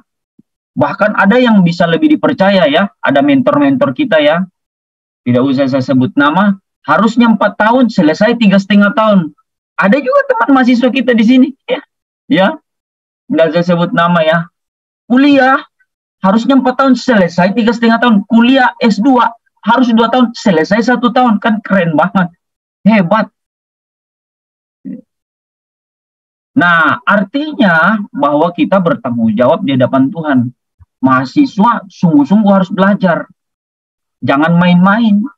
Jadi menyelesaikan tugas dalam waktu yang sesingkat-singkatnya, dalam tempo yang sesingkat-singkat. Proklamasi kan. Ya, jadi artinya dapat dipercaya sama Tuhan. Nah, tadi Pak Anton memberi contoh pelayanan, ya, WL. Nah, sekarang mahasiswa gimana dong? Oh, berarti saya tidak boleh main-main. Saya harus kejar terus. Nah, ada satu mentor kita ya, saya mau kasih tahu bagaimana beliau sukses di dalam perkuliahan sampai menyelesaikan perkuliahan itu lebih cepat dari sebelumnya. Bahkan di jenjang-jenjang studi SMP, SD, SMA itu pelajaran besok udah dipelajari hari ini. Lumayan nggak? Ini ada roster ya, mata kuliah. Pelajaran besok udah dipelajari malam ini. Dipelajari pulang sekolah nih, hari ini. Udah langsung dipelajari materi besok. Keren nggak? Ya, jadi besok contoh hidup kita harus jadi amin itu seperti ya, tunggu ya Raja ya. Raja Amanda, habis kamu pakai Raja di belakang. Amanda Raja. Nah, mahasiswa yang terkasih dalam Tuhan ya. Jadi mata kuliah besok tuh dipelajari hari ini. Jadi besok kalau dosen udah menjelaskan, dia tinggal santai-santai gitu ya. Artinya dia sudah banyak wawasan, pengetahuan, dia udah menguasai materi. Jadi teman-teman yang terkasih yang sebagai mahasiswa, puji Tuhan juga saya selesai, tidak molor. Gitu ya. Saya kuliah juga nih, kuliah. Ya, D3 tidak molor, ya, tepat waktu. S1-nya tepat waktu juga. Jadi itu adalah salah satu tanggung jawab yang kita harus pegang. Dipercaya sama Tuhan, itu adalah bentuk dari iman. Salah satu bentuk dari iman kita di hadapan Tuhan. Begitu Pak Anton? Iya, betul. Jadi seperti kita memperluas kualitas kita, itu kaitannya dengan kita dipercaya seperti apa? Wah, itu jauh lebih mulia lagi. Apa yang kita punya itu seperti talenta. Mengembangkan talenta yang kita punya ya. Mungkin cuma 2 kita kembangkan jadi 4, 5, 10. Wah, itu keren. Ya. Kuliah di satu bidang, contoh hukum ya, Kakak Yandri, tapi sudah berhenti karena saya sudah komunikasi ya. Jangan dihukum, nanti kamu dihukum. Bercanda ya. Jadi contoh kuliah di mana? Apalah ya, bidang apa? Ekonomi. Tapi hebatnya tidak hanya ekonomi dia bisa kuasain. Ekonomi karena saking serius belajar, ekonomi bisa dikuasai dan bisa mempelajari materi kuliah yang lain. Materi pak yang lain ya, bukan cuma khusus di ekonomi. Wah, itu keren itu. Itu hebat itu. Itu namanya mengembangkan kapasitas kita. Semakin kita mengembangkan, semakin Tuhan percaya lebih banyak. Gitu. Ya, semakin kita mengembangkan apa yang kita punya, kita mau terus belajar, pasti dipercaya lebih banyak. Selama itu dalam kebenaran dan kekudusan. Ada orang yang mengembangkan pengetahuannya tetapi ke hal-hal yang justru membawa dia tidak percaya Tuhan lagi. Itu namanya orang-orang filsafat ya. Justru dengan menganalisa banyak hal sehingga dia sampai di titik dia tidak percaya Tuhan. Itu kesalahan besar.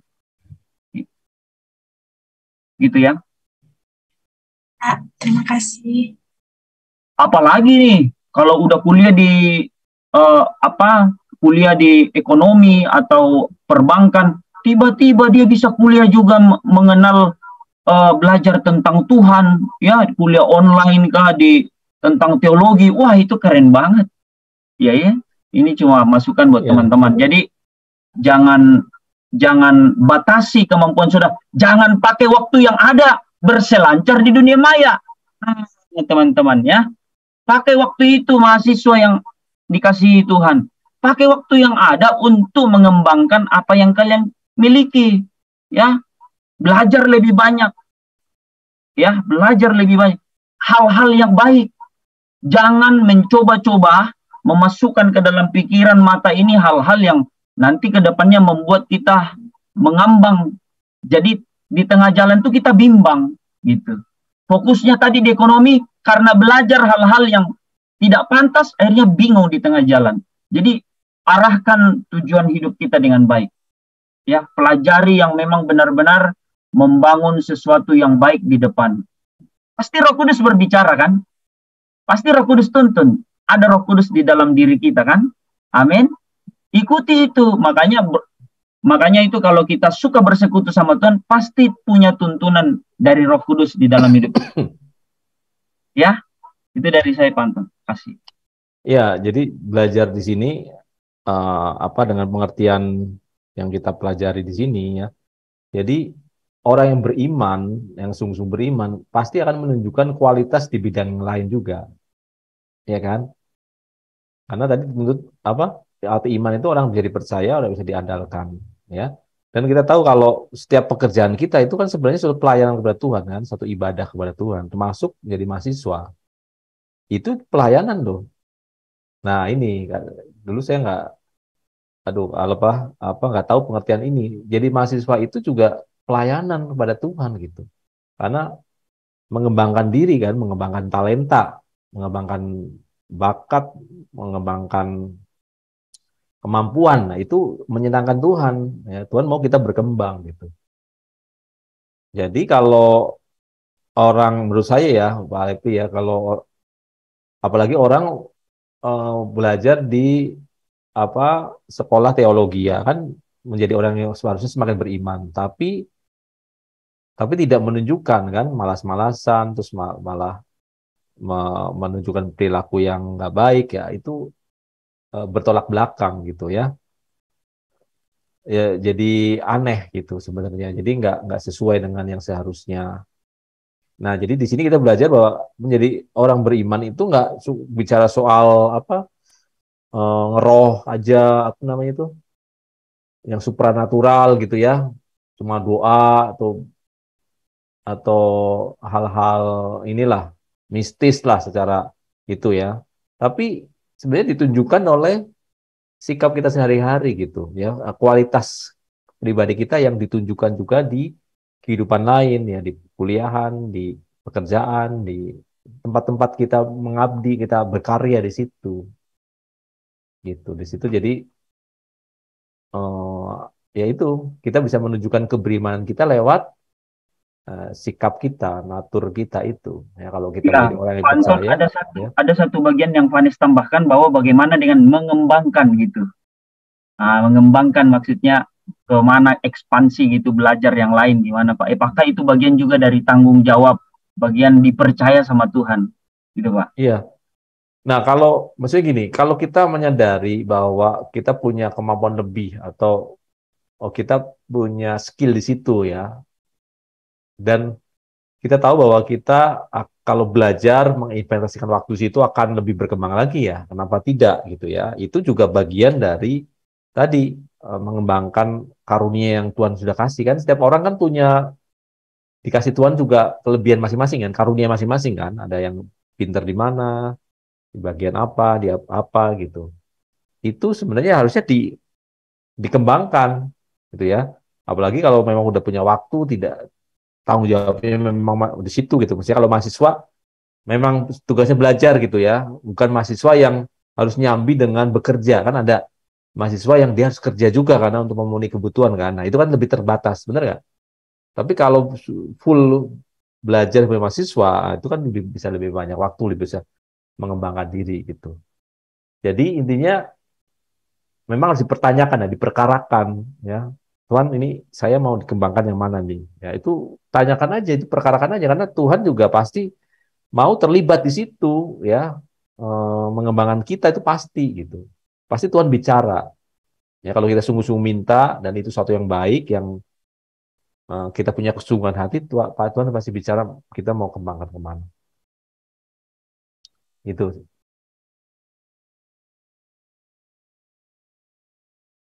Gitu Vanes, gimana? Terjawab? Oke. Nah, ada pertanyaan Raja lagi. Amanda buka kamera. Jadi ada pertanyaan Amanda, contoh hidup kita harus jadi amin, itu seperti apa? Itu sebenarnya sudah disampaikan tadi, yang menjadi kesimpulan tadi, ya menurut saya itu jadi kesimpulan yang natur atau sifat iman. Ya, ada 6 tadi. Gitu Amanda.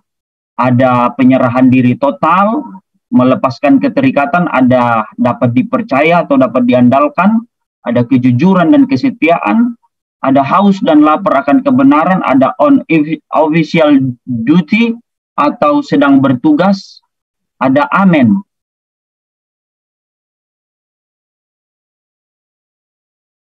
Itu maksudnya ya, si Amanda. Amanda? Atau yang Amanda pertanyakan yang poin terakhir nomor 6.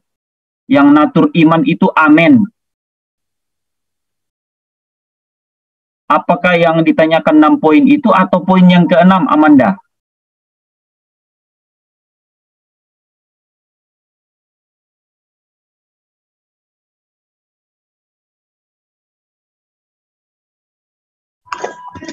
Poin yang ke-6. Oh, contoh hidup amen. Oh, ya itu amin itu kan artinya mau terlibat langsung. Jadi amin itu kan amin gitu kan. Ada firman Tuhan kita amin. Nah, sesungguhnya amin itu artinya kita juga mau terlibat langsung di dalamnya. Nah, artinya diberkatilah hidupmu. Amin. Nah, artinya bukan cuma hanya amin, tapi kita harus di dalam perkataan kita itu kita menunjukkan sikap bahwa kalau saya mau diberkati Tuhan, saya harus hidup kudus. Saya harus memisahkan diri dari cara hidup dunia ini. Gitu. Artinya bukan cuma katakan amin, habis itu nonton di YouTube hal-hal dunia, main TikTok dunia seharian full. Wah, gitu. Ya. Jadi belajar memisahkan diri dari hal-hal duniawi.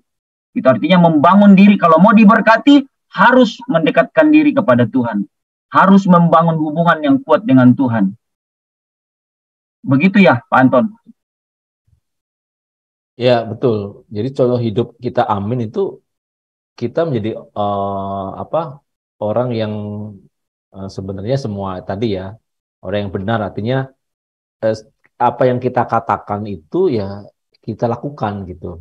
Itu hidup dalam amin itu kalau kita mengamini sesuatu ya kita benar-benar sungguh-sungguh lah ya. Sungguh-sungguh itu banyak aspek kan ya, di segala hal kita bersentuhan dengan orang lain ya, termasuk dalam mengucapkan janji. Kalau bilang ya oke ya, ya kita komit di situ. Jadi orang komit kalau bahasa saya ya. Jadi orang yang ya tadi percaya diandalkan ya. Kita itu ibarat doa itu menjadi penutup yang selesai gitu. Kalau kita ngomong amin berarti wah ada urusan selesai. Kamu tugas jadi ini ya amin. Nah, selesai nih kerjaan dia gitu.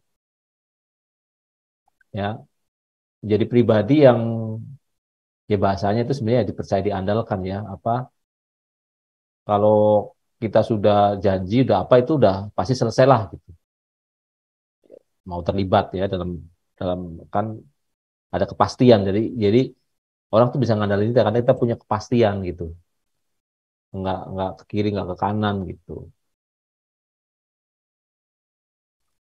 Nah itu contohnya ya di semua aspek ya Pak Lepri ya. Nggak cuma Ya, soal doa aja gitu.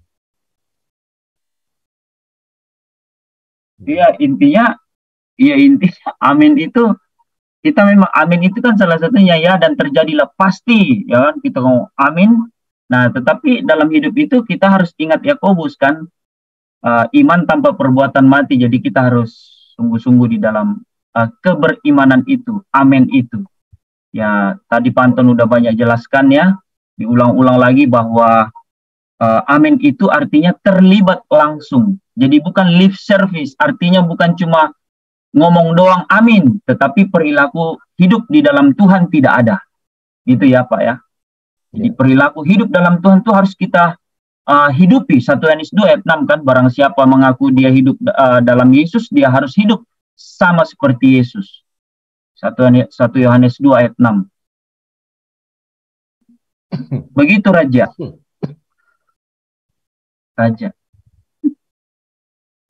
Ada tambahan Amanda?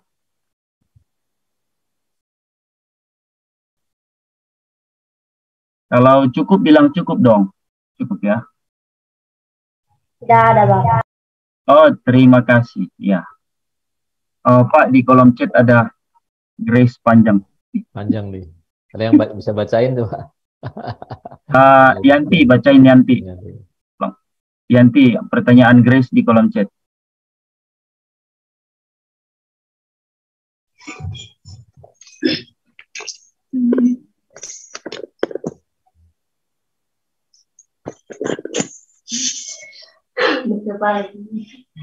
Kalau seseorang sungguh-sungguh beriman, berarti seharusnya sikap hidup... Bukan. Di bawahnya, Pak, saya mau tanya. Grace. Iya, ada kata Pak, saya mau tanya. Oh, Pak, saya mau tanya. Kalau seseorang sungguh-sungguh beriman, berarti seharusnya sikap hidup kita benar-benar berproses ke arah yang goals Tuhan inginkan, yaitu memiliki karakter seseorang seperti Bapa. Nah, pertanyaan saya adalah ketika seseorang ini berada dalam prosesnya dan secara sadar bahwa sometimes dia bisa saja terjatuh atau terpeleset dari jalan yang sedang dia jalani. Saat ingin kembali ke jalan itu, dia merasa sudah tidak pantas untuk kembali dan malah hidup dalam keadaan itu terus-menerus. Apakah imannya ini masih bisa dikatakan ada, ataukah sudah mati dalam keadaan itu? Keadaan itu selesai. Oke.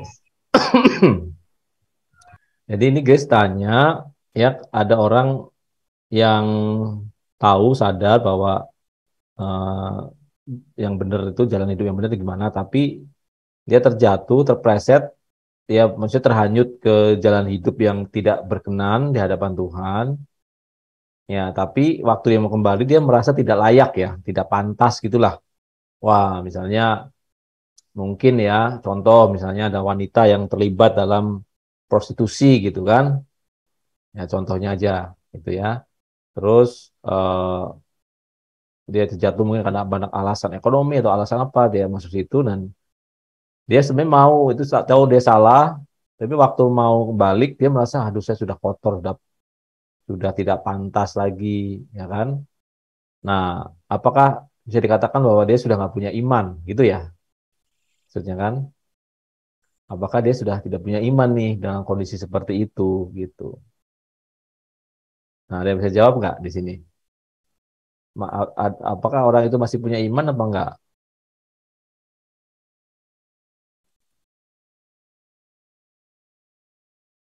Ayo teman-teman, coba jawab, enggak apa-apa. Coba aja, Yuli Mira, Yanti Olang, Vanes, Amanda, coba. Amanda.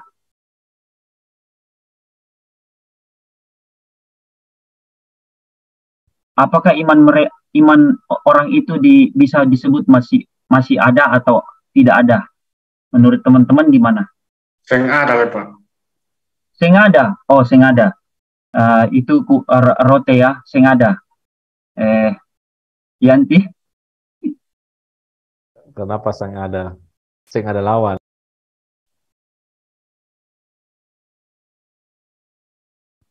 Bagus juga kalau pakai bahasa daerah, Pak ya.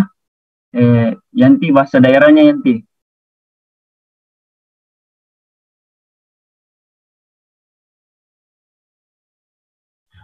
Tidak ada, Bapak. Vanes? Atau speakernya? Kalau menurut saya masih ada. Oke, Amanda?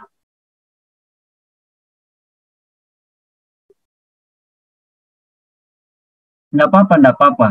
Enggak apa-apa, kita mau bertukar pikiran. Yuli Mira? Coba. Orang itu masih ada iman apa sudah tidak ada? Tidak ada. Ada, Bapak. Hah? Ada. Oh, ada. Mira ada, Yuli tidak ada. Oke. Amanda?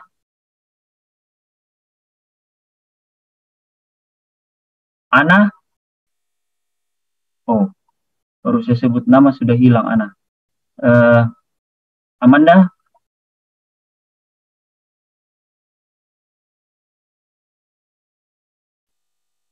Oke, Amanda sen jawab. Silakan Pak. Ya. Nah, itu yang mengatakan ada dan yang mengatakan tidak ada itu dasarnya apa? Ada, maksudnya ada, masih ada imannya, atau waktu ngomong tidak ada imannya itu parameternya atau indikasinya apa? Kalau gini, iman itu kan sebenarnya orang itu punya iman atau enggak, sebenarnya kita nggak bisa menilai kan tadi dari yang tampak luar ya. Kalau tampak luar kan dia apa namanya masih dalam eh, apa perbuatan dosanya ya. Tapi di sini dikatakan bahwa dia pengen balik tapi merasa tidak pantas gitu kan. Nah, mungkin yang ada imannya merasa ngomong bahwa ini masih ada keinginan nih dia mau benar gitu ya. Jadi masih ada Iya, imannya lah betul, sedikit Pak. gitu ya. Tapi yang seng ada tadi bilang ya dia masih hidup dalam dosanya gitu kan. Nah, eh, kalau ditanyakan ke saya ya, eh, saya tidak bisa menjawab secara lugas ini ya karena case by case. Tapi secara umum sebenarnya kalau orang itu masih terbuka hatinya untuk berubah, itu masih ada harapan ya. Tidak bisa dikatakan bahwa ini iman yang sudah sempurna, udah iman yang on the track gitu ya. Mungkin dia masih ada sisa iman tanda kutip ya, hanya dia masih punya harapan, punya pengen ada apa, ada keyakinan untuk masuk jalan yang benar, tapi seperti nggak berdaya gitu ya. Jadi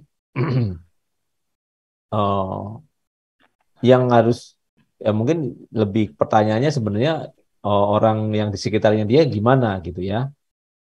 Nah, jangan menghakimi bahwa dia sudah tidak punya iman ya, sama sekali tidak punya iman ya. Memang dikatakan iman tanpa perbuatan itu mati. Dalam konteks adalah kalau dia pada akhirnya terus-menerus menunjukkan perbuatan tidak menunjukkan keberimanannya lewat perbuatan. Ya jelas dia kalau masih dalam dosa itu dia tidak bisa dikatakan hidup dalam iman yang benar ya, bukan orang yang beriman tuh betul sekali, tapi tidak bisa dikatakan bahwa dia sudah mati ya, udah mati sama sekali gitu ya, karena yang tahu udah dia kalau dia ternyata dalam hatinya masih punya kerinduan itu bisa dikembangkan sebenarnya dengan ada pertolongan dari saudaranya, temennya gitu ya, menasehati atau menarik dia. Nah, selama hatinya masih terbuka gitu ya terhadap kebenaran, itu ada harapan dia punya iman yang benar. Ya kalau kondisi sekarang tentu dia masih belum punya iman yang benar ya, tapi selama hatinya masih ada terbuka ya, mau ya mendengar kebenaran, nah itu ada harapan dia punya iman yang benar untuk bertobat sungguh-sungguh ya. Nah gitu Grace ya. Jadi justru sekarang fokusnya adalah apa yang bisa dilakukan oleh orang di sekitarnya gitu ya. Kalau Grace di posisi itu melihat itu ya gali lebih dalam lagi, sebenarnya dia masih punya celah nggak, masih ya. Nah kadang-kadang orang merasa tidak pantas ini karena dia punya percayaan yang salah kan.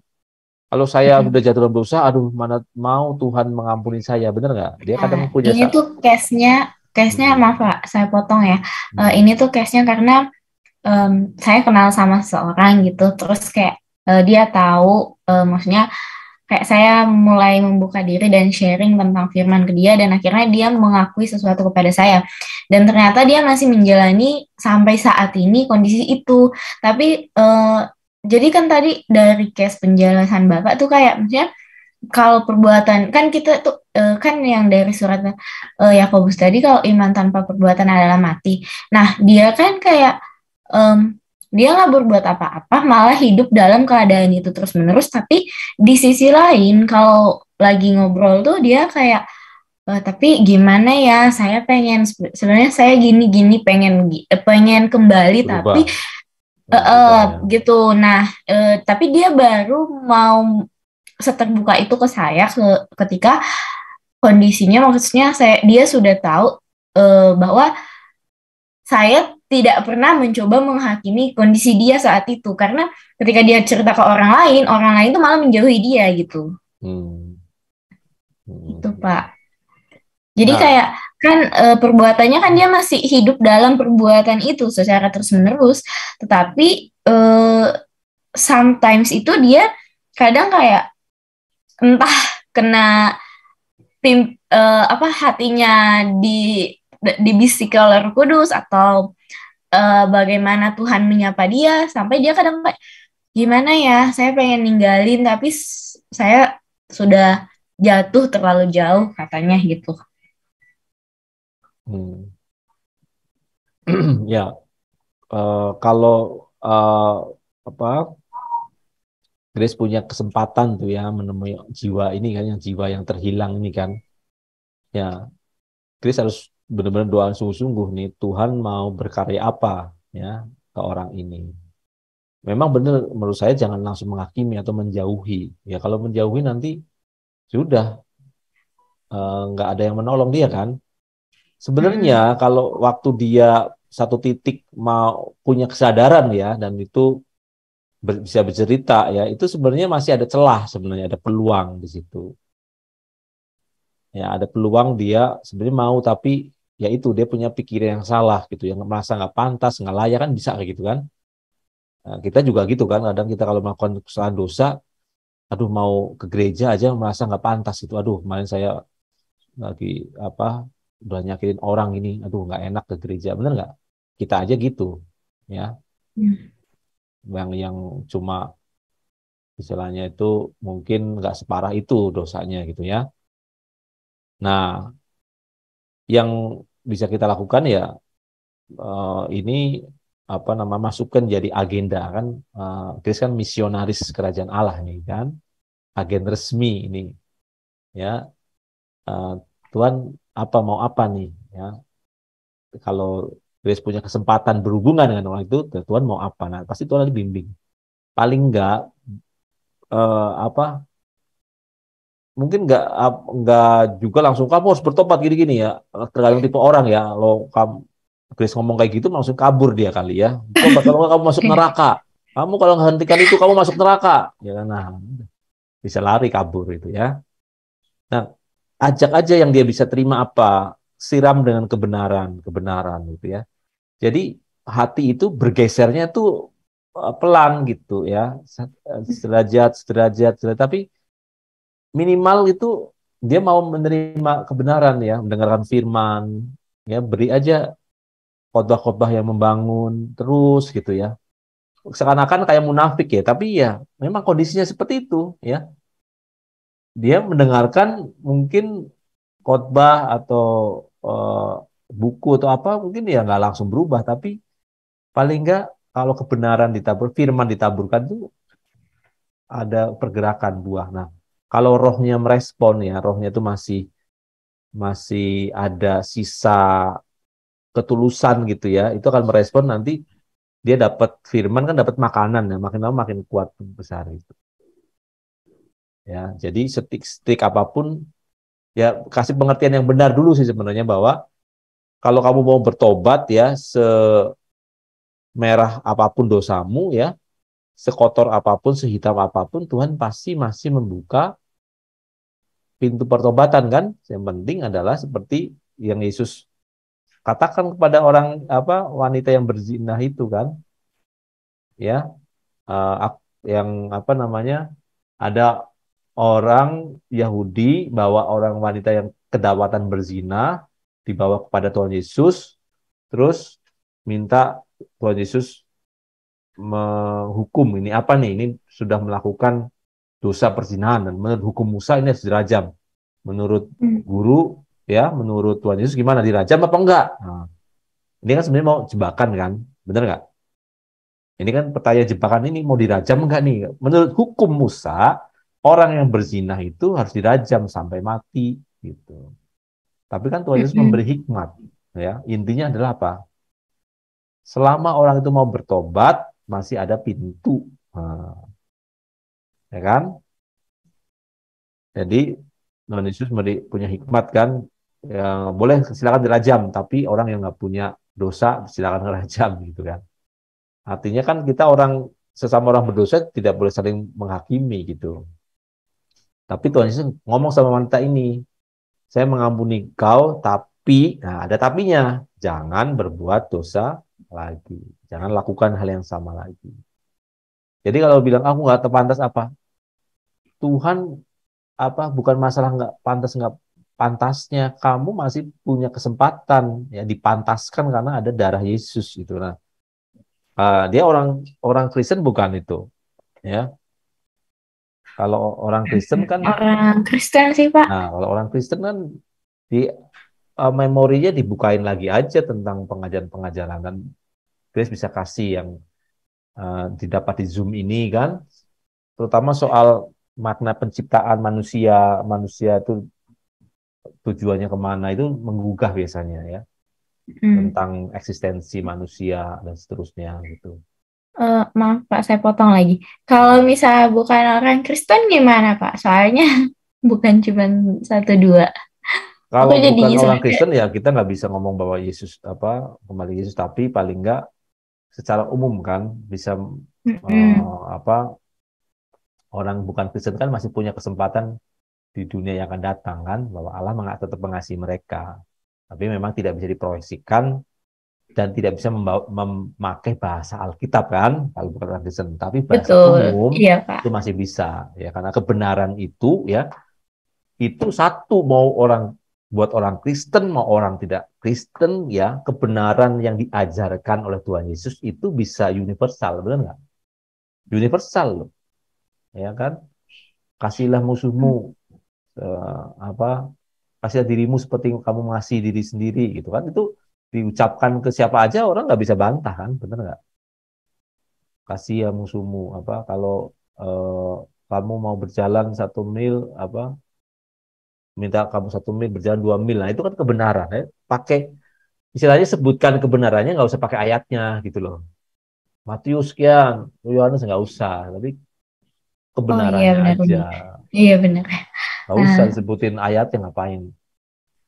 Kebenarannya aja kita. Saya sering kalau sama orang itu juga intinya aja. Ya, jadi seperti filsafat buat mereka, seperti filsafat. Sebenarnya itu kan firman, ya kan? Iya. Nah, kalau kebenaran itu pasti menggugah, pasti menggugah, pasti menggugah. Ya, namanya kebenaran itu pasti apa namanya ya, menembus relung hati yang paling dalam gitu. Apalagi kayak kita orang yang benar, orang yang menjalani kebenaran itulah, itu lebih powerful. Nah, ini juga yang 1 Yohanes 1 ayat 9 kan.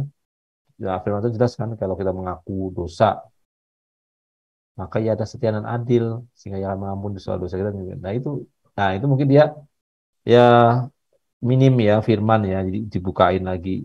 Minimal diasup lah, dikasih makanan rohani lah supaya dia agak lebih kuat gitu loh. Jangan kurus. Kalau kurus dia nggak, kalah terus pasti sama dosanya itu gitu. Gitu. Baik Pak, terima kasih pencerahannya. Ya.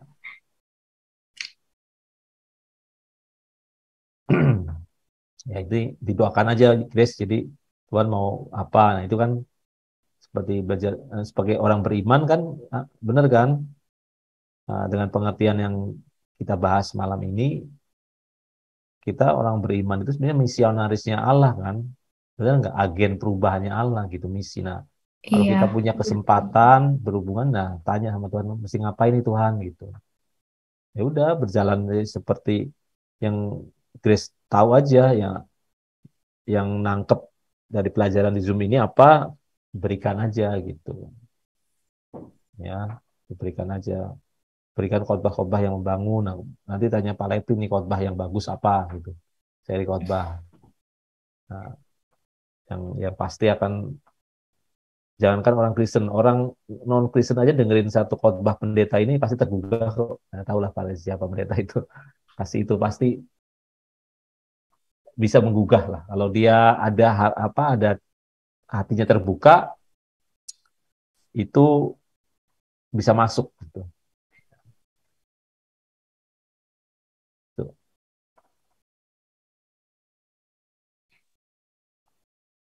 Okay. Kalau orang-orang begitu kan langsung dibilangi Allah itu kasih. Ya langsung.